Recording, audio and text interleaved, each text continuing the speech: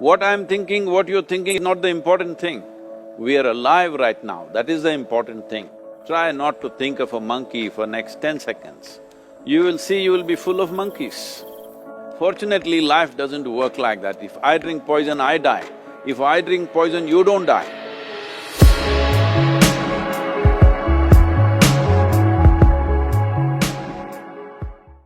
People think there is something called as negative thought and positive thought. They want to remove the negative thoughts and have only positive thoughts. For such people, I would ask them to just experiment for 10-15 seconds.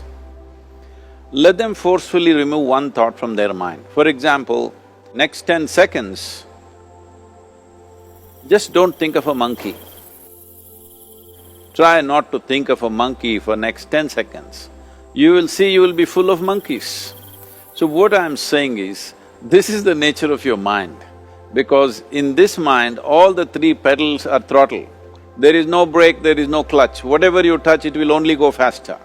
In this kind of mind, people have been taught from moral teachers and religious teachers, do not think about bad things. Well, since then it's been a full-time job. So there is no way you can handle the mind like this. This doesn't need any great enlightenment. If you spend 2 minutes with your eyes closed, you will realize you cannot do anything forcefully with this mind. So, I want to remove negative thoughts. Do not ever go in this direction, because what you want to remove will become your quality. Always you will be on it.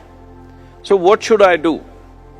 The thing is this, without understanding the fundamental mechanism of this mind, because our mind, human mind, is the most sophisticated computer on the planet. Even all the supercomputers have come out of this. When this is the case, is it not important that we understand the mechanics of how it functions? One simplistic aspect of how it functions is, there are no subtractions and divisions in our mind. There is only addition and multiplication. If you try to do something with it, it will say one more. If you try hard, it will multiply into many more. In this mind, you don't try to identify what is positive, what is negative and try to remove it. First of all, one needs to understand, this mind of yours, this body of yours is supposed to serve you. The life that you are is important. Body and mind are vehicles that must serve us. If you sit in a vehicle, it must go where you want to go.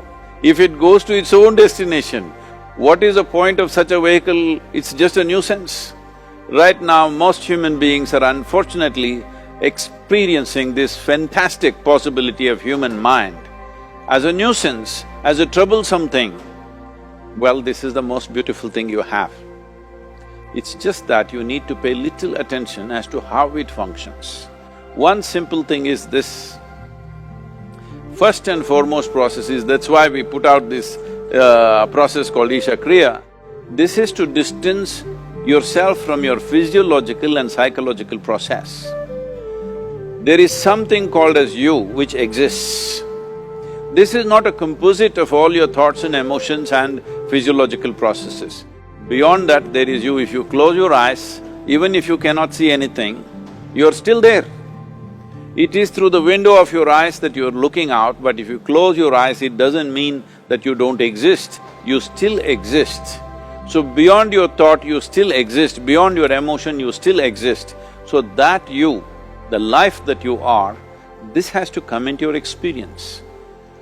Why is it that you're not allowing that to come into your experience, which is the most significant aspect of who you are? Who you are right now, the most significant aspect is, you and me are alive right now, this is it.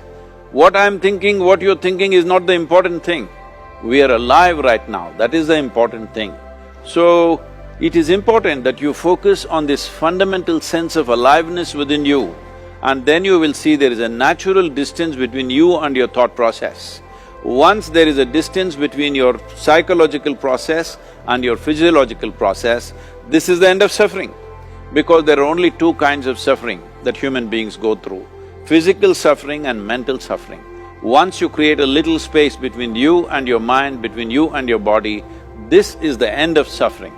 This is something every human being has to experience and know, otherwise thinking I will just remove negative thoughts and I will have positive thoughts, all the best, it's not going to work 100%, it's not going to work because nobody can remove it, they can avoid it for some time. So when negative thoughts come, you say Ram Ram, Shiva Shiva, whatever you want, but this is just avoiding, it's not gone. The moment you stop that, it will pop back with great force, otherwise it'll come back in your dreams.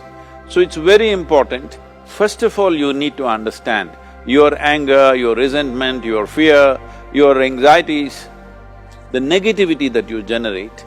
Generally resentment, anger, it is always directed towards somebody. But we need to understand this is poisons that we are drinking and expecting somebody else to die. Fortunately, life doesn't work like that. If I drink poison, I die. If I drink poison, you don't die. So, we need to understand this. When I say poison, today you can have yourself chemically analyzed. Right now, what is your blood work, what it says? 5 minutes of intense anger, check your blood work and see, there will be lots of negative elements in it, literally you're poisoning yourself. So, do you want to poison yourself? Definitely not. Now the very question is coming from certain helplessness, what shall I do? Don't do anything, just sit back and just concern yourself with something which is a life process. Maybe your heartbeat, maybe your breath, maybe just a sensation of being alive. Depending upon how sensitive or how perceptive you are, accordingly, find something.